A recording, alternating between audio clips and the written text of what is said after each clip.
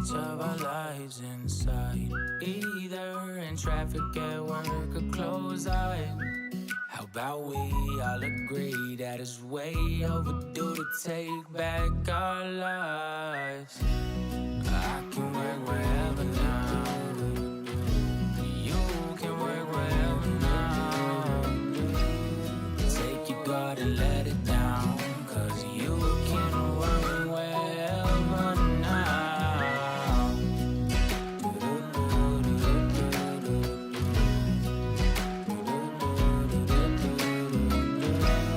Take your guard and let it down, 'cause you can work wherever now.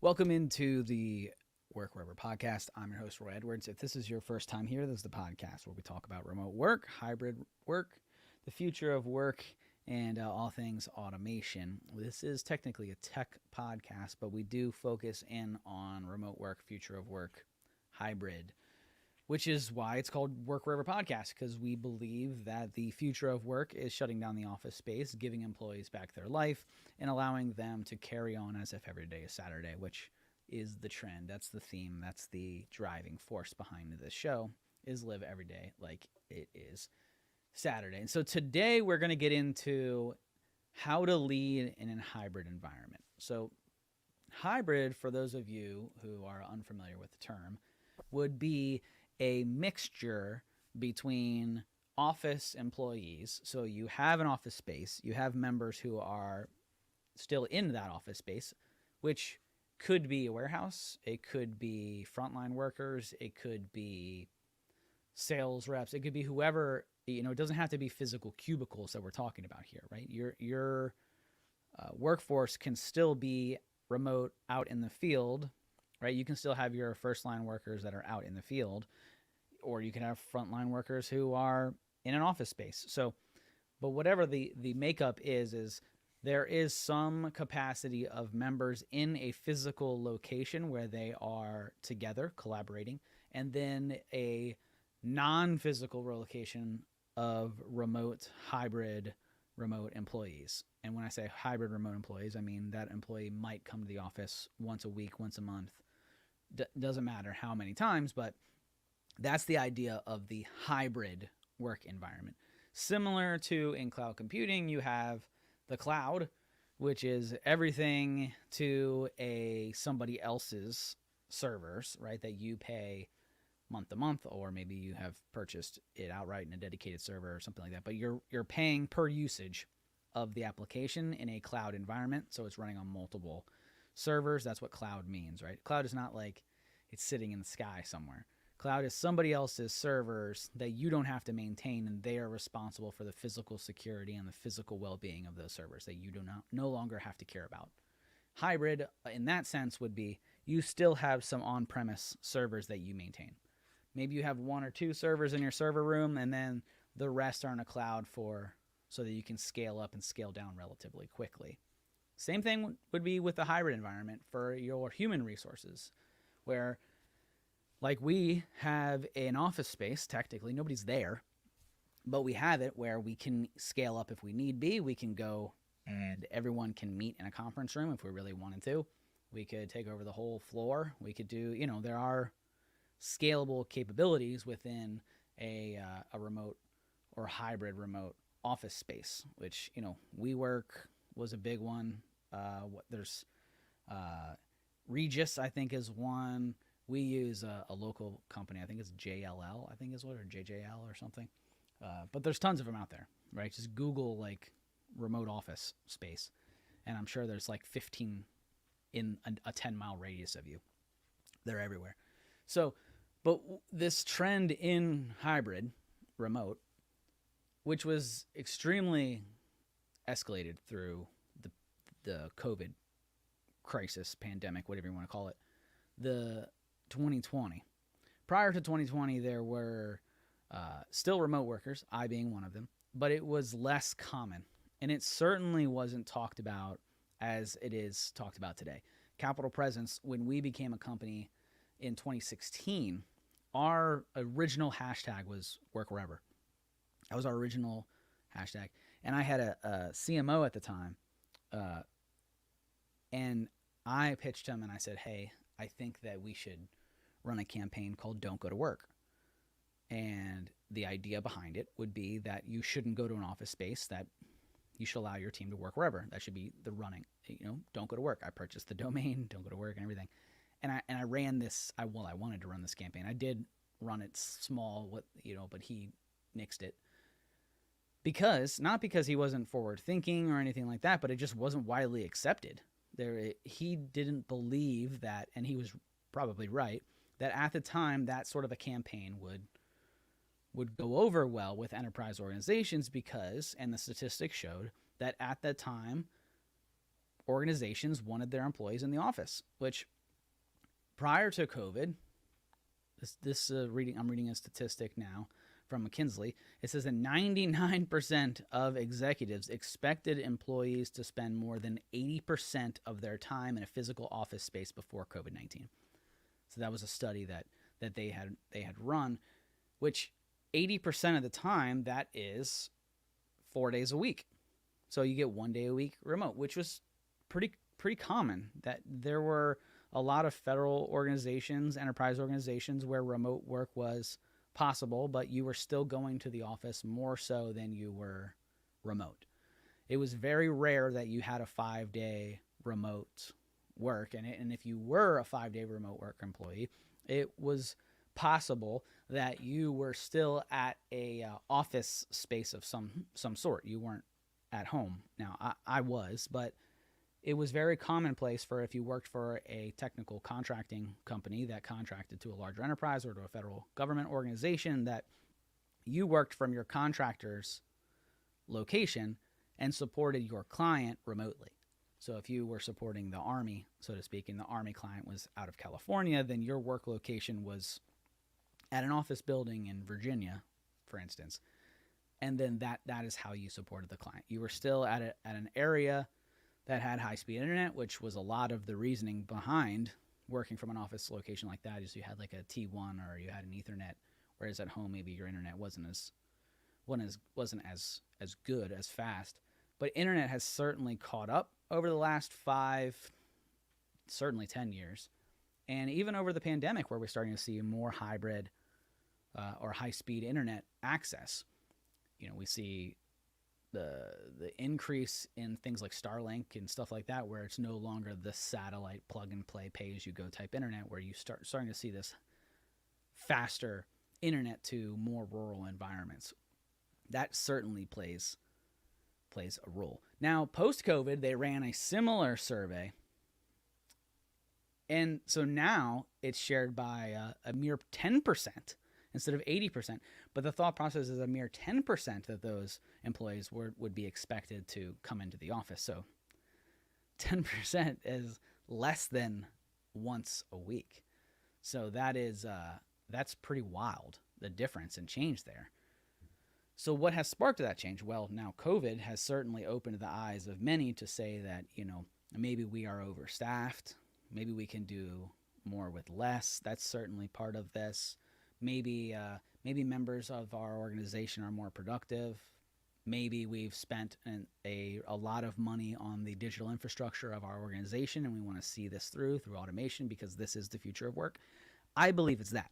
I believe that we are starting to see and starting to realize that we don't need an office space, and many people were not really coming to visit us anyways. It was just this idea of getting people together, because that's how we believed that they were most creative and they were not distracted, when really the office space now has been kind of seen as a potential distraction, where you have the kitchen, you have the office gossip, you have members within the office that walk around to kill time. They're not actually working as much as maybe we thought they were in an office location, similar to education, where we're starting to see this rise in homeschool, which was never thought of as really a normal activity prior to COVID. No offense to anyone who homeschooled prior to COVID. It wasn't as widely accepted as it is post-COVID, because of the amount of resources and the normalization and the politics behind it that has escalated post-COVID has greatly increased. You had homeschoolers prior to, there have been some huge names of people, celebrities alike, that have been homeschooled, and it's totally a normal thing for somebody prior to COVID to be homeschooled. It's just now we are seeing it more so along the landscape of America, where it's more widely accepted. And because of that, there has been studies that are asking the questions: how much educational time are students really getting in a traditional education setting? And it is extremely low. If you read the studies, they're there for 8 hours, but they are not really learning for 8 hours. It's much smaller. I don't have the numbers in front of me, but it's something like a fourth of the time or lower that they're actually engaging in education. And so that physical, well, if you think about it, you're like, well, they're at school, they must be learning the whole time. Well, no, they're not. And that same thought process exists within the office space to say, well, you're at work, you must be working the whole time. And anyone who's ever been to an office knows that that's not the case as well. So that's where remote work comes into play. You say, okay, well, if they're at work and they're not working the whole time, well, what if we put them home? Then you have the ability to work longer hours because you can start sooner. They're more comfortable. Okay, the technology exists, the automation exists. So now it becomes, well, how do I make sure that they're actually working, right? That's the biggest question that a lot of organizations come to me is like, well, how do I know if they're working? Well, without getting too big brother, we're going to get into that as the managerial side of things. So that's what the topic of the podcast is today, is how to lead in a hybrid environment, because that's been a lot of the questions that I get. So, and because the leadership prior to, now that we say, okay, we will let them go home, we know that they'll be more comfortable, they'll work longer hours, that they'll enjoy themselves, they'll see it as a benefit and see it as a perk. Now, how do I know that they're working, right? How do I get around my impromptu conversations? How do I get around the walking down to somebody's office and knocking on the door and walking in? How do I effectively manage my workforce now that I can't see, feel, smell, and touch them, right? Those are the questions, and I have 3 topics of conversation for you. The first one being, you need to stop thinking about managing as seeing your employees and start thinking about it as seeing results. So stop thinking about it seeing the physical person and start thinking it of seeing the results. And that is done by managing performance through outcomes, impact, and ownership. So who owns what? How is that ownership of a project impacting my organization, my clients? And then what are the outcomes, the measurables, the KPI indicators that I can track around these things? And so this is really where I think the future of work is going, is around KPI metrics. I have said long on this podcast, and I've said it on social media platforms and speaking engagements and podcast interviews, that I believe that the future of work is not an 80-hour work week. I don't believe it's a measured hourly work week at all. I think it's a 0-hour work week where our compensation is built entirely on impact, outcomes, and ownership, meaning you're performance-based.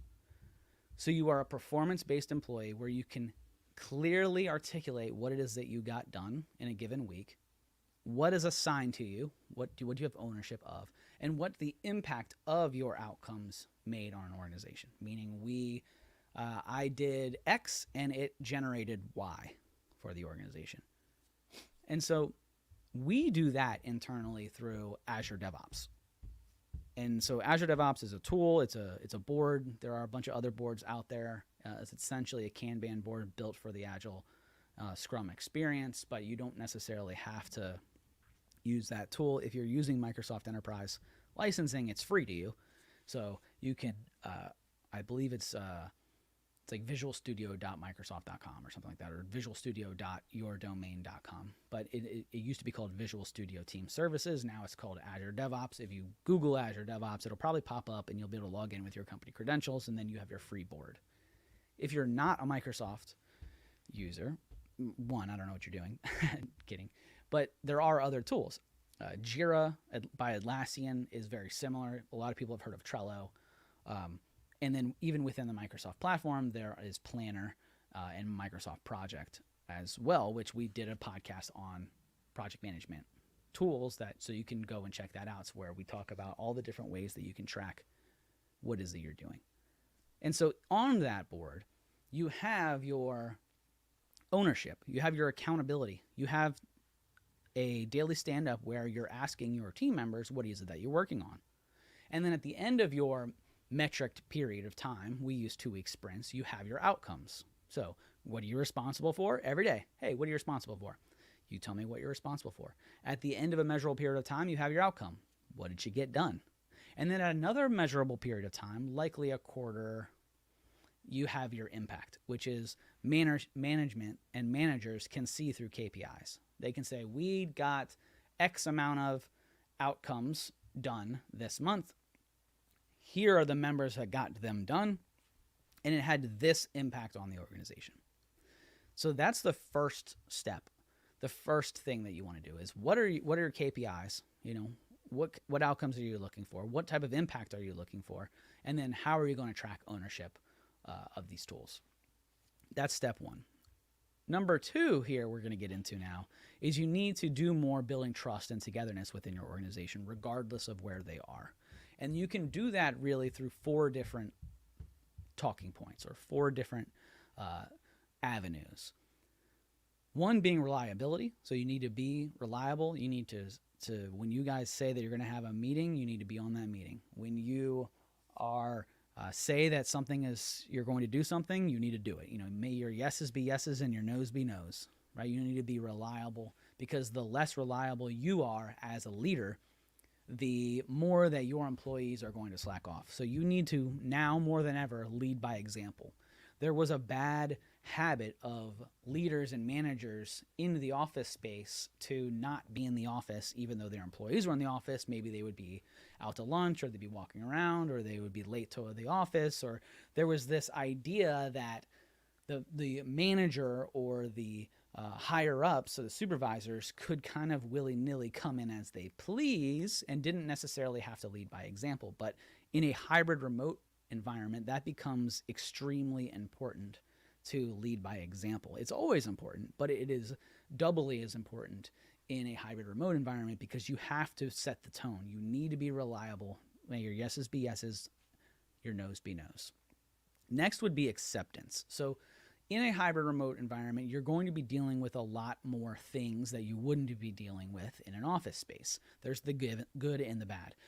Since you are at home, your employees are going to have more access to their children, or their community, or their dogs, or other things around them, because that's just part of working from home, assuming they are working from home. And so you will have more and more things happen around your employees, and you, as a leader, should be accepting of some of those things. You need to be accepting of your employees and how that they are living their lives and the lives that are happening around them, because that's part of work.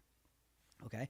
So if you are not accepting to the way that your employees are dealing with their each and individual lives, you're going to build a distrust. They're not going to trust you. They're not going to be happy. They're going to have a lower level of respect, and it could leave them looking for new opportunities and new work. You will drive division within your organization. So you want to make sure that you are accepting of things that are happening within each and their lives, because you want to build respect within your organization. Now, you also want to make sure that you have acceptance of members and how they are going about their day. And you need to make sure that your members of their organization have acceptance to the rules and responsibilities of the organization. So again, you need to make sure it's a two-way street here. You need to be very clear with the rules, the standards, the flexibility, the recognition, the traditions, the habits. You need to make sure that you are accepting of their habits and their traditions. And, oh, well, I have to, my kids go to X sitter on these days. You need to make sure that that is documented. And at the same time, your employees need to be aware of the standing traditions, core values, things that are happening within your organization. Meaning, every Wednesday at 1, we have this meeting. Every morning at 9 o'clock, we have this meeting. And it's set in stone. And the two should not collide.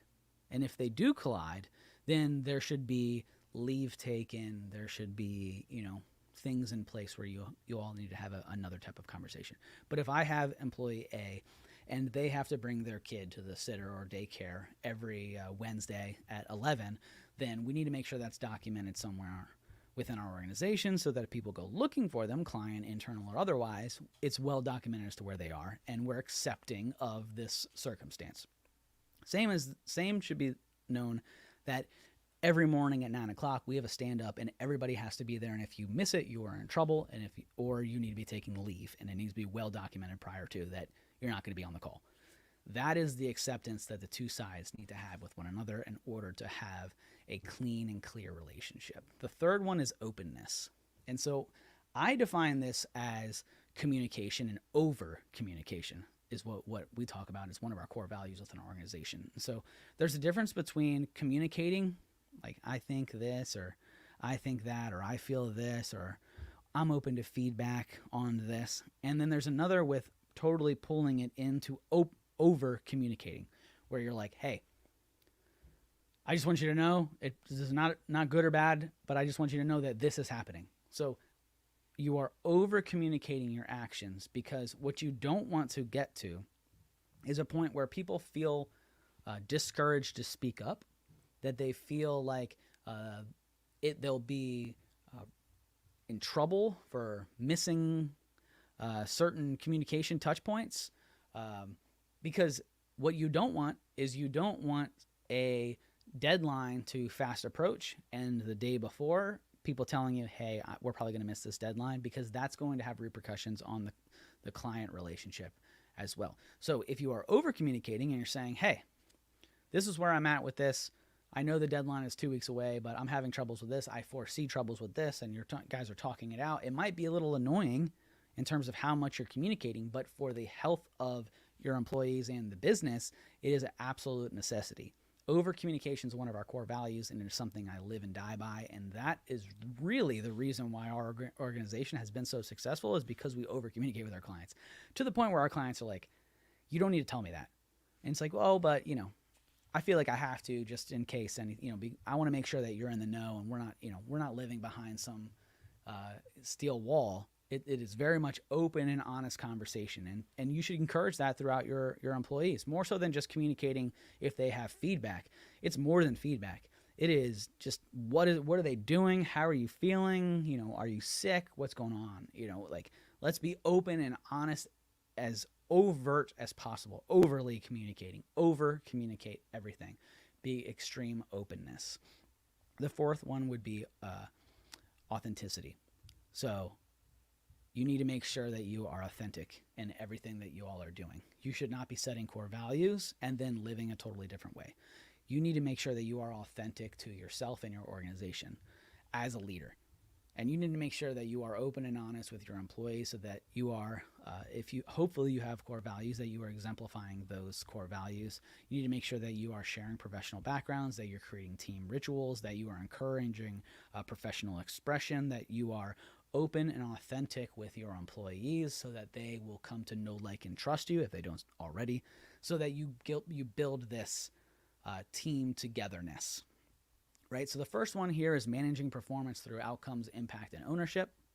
Okay. The second would be doing more to build trust and togetherness. And the third one would be to facilitate and engage your teams. So you need to make sure that you are encouraging team problem solving.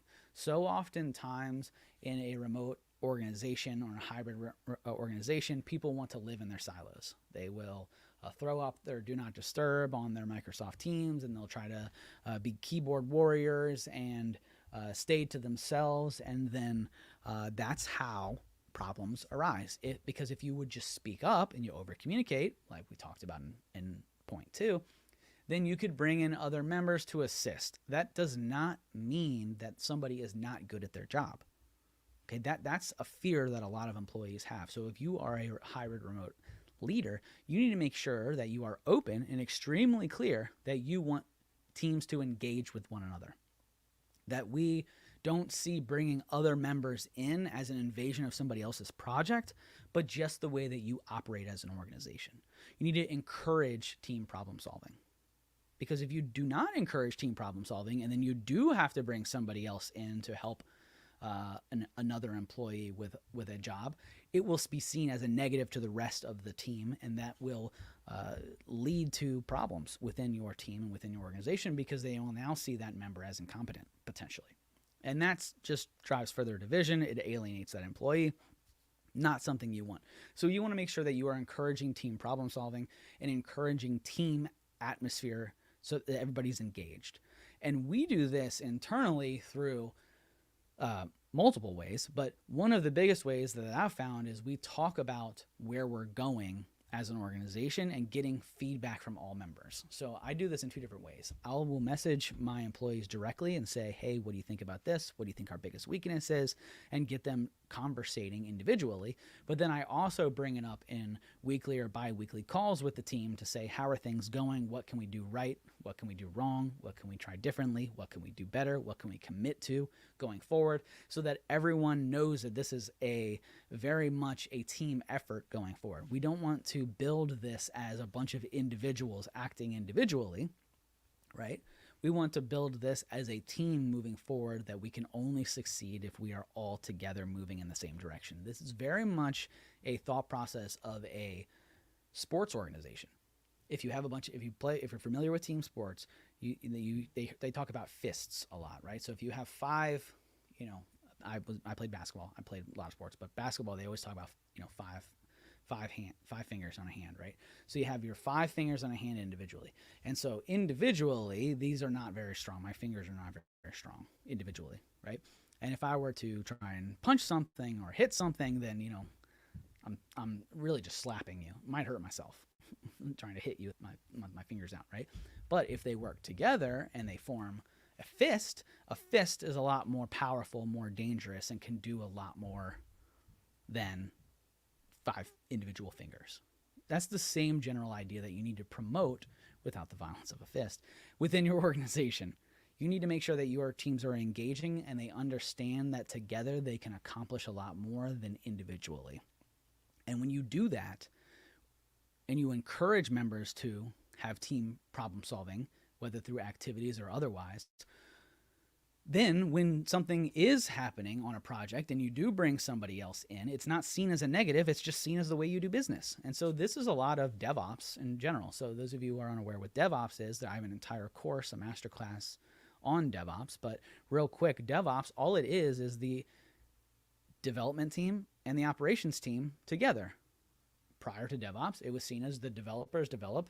When they're done, they roll it out. And then you have an operations team who keeps it going. And they're separate. And they would blame each other. If you bring them together, it eliminates that's not my job. And so you want to bring that into your organization as a whole. So you want to have the DevOps mentality, philosophies within your organization to eliminate team members to say, oh, that's not my project, or that's not my client, or that's not my role, or that's not my job. It is everyone's job collectively as your organization, and you need to maintain that thought process throughout. I'll leave you with this as leaders, because a lot of leaders who are listening to this might be thinking, well, this is just temporary. I understand that, remote has been big now, but eventually the pendulum will swing back the other way.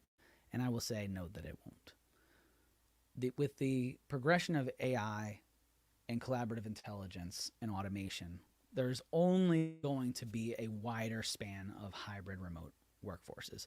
And you as leaders need to get good at what I just discussed on this podcast. An April 2021 survey found that 29% of employees would consider switching employers if their company went back to a full on-site model. If you want your employees back in an office space, you need to be ready to lose those employees. And you as a leader, if that is your belief that someday you are going to just bring everybody back and it'll be business as usual, then you need to be ready to lose top performing members of your organization. And maybe you're okay with that. Maybe you are okay with wiping the team clean and bringing in new members and new fresh blood and saying this is the way that we're going to be doing it. But I will challenge you to say that you should be more forward thinking. You should look more towards the future of work of this collaborative intelligence and this automation. Not to say that you're looking into collaborative intelligence or automation to replace your employees. Don't do that. That's a whole nother bag of worms that we get into on another podcast. But on today's episode, it's more so as bringing your teams together remotely and hybrid to make sure that you all are exploring the future of work and you're not grasping to this dream of, hey, remember when everyone was together and we had an open concept work environment, everyone was in their cubicles, because people weren't actually happy back then. Just a FYI. So, as leaders, understand the future of work. Know that automation and collaborative intelligence is inevitable. That is the future of work. And you need to ensure that your workforce is enabled, that you are enabling your people first over your technologies, and you need to make sure that you're bringing them together. You need to make sure you're managing. We'll go over the 3 again. Managing performance through outcomes, impact, and ownership. That 2, you're doing more to build trust and togetherness. And that 3, you are facilitating and engaging your teams together in encouraging team problem solving, creating an inclusive environment where members do not fear speaking up. Remember, 29% of employees say that they ain't going back. Don't be that leader who tries to alienate your top performers, because you're going to have a hard time finding new ones. Guys, hope you enjoyed this podcast. Check us out. We do have a website coming up, goworkwherever.com. You can check us out on YouTube on Capital Presence, where we have all of our video feeds. We have how-to videos. We have a lot of master classes and training videos there as well on hybrid remote and Microsoft environment. This podcast is wherever you listen to your podcast: iTunes, Amazon Music, Spotify, all of that stuff. We do go live in the Go Work Wherever Facebook group as well once a week.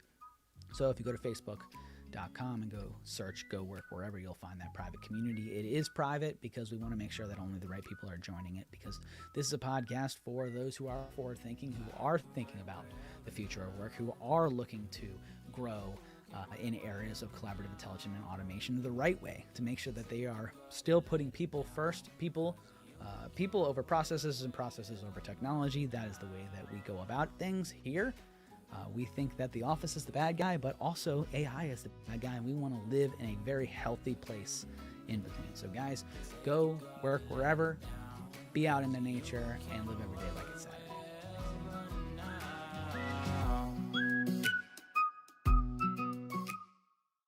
Hey there! Don't forget to hit that subscribe button and turn on notifications for all the latest videos from Capital Presence.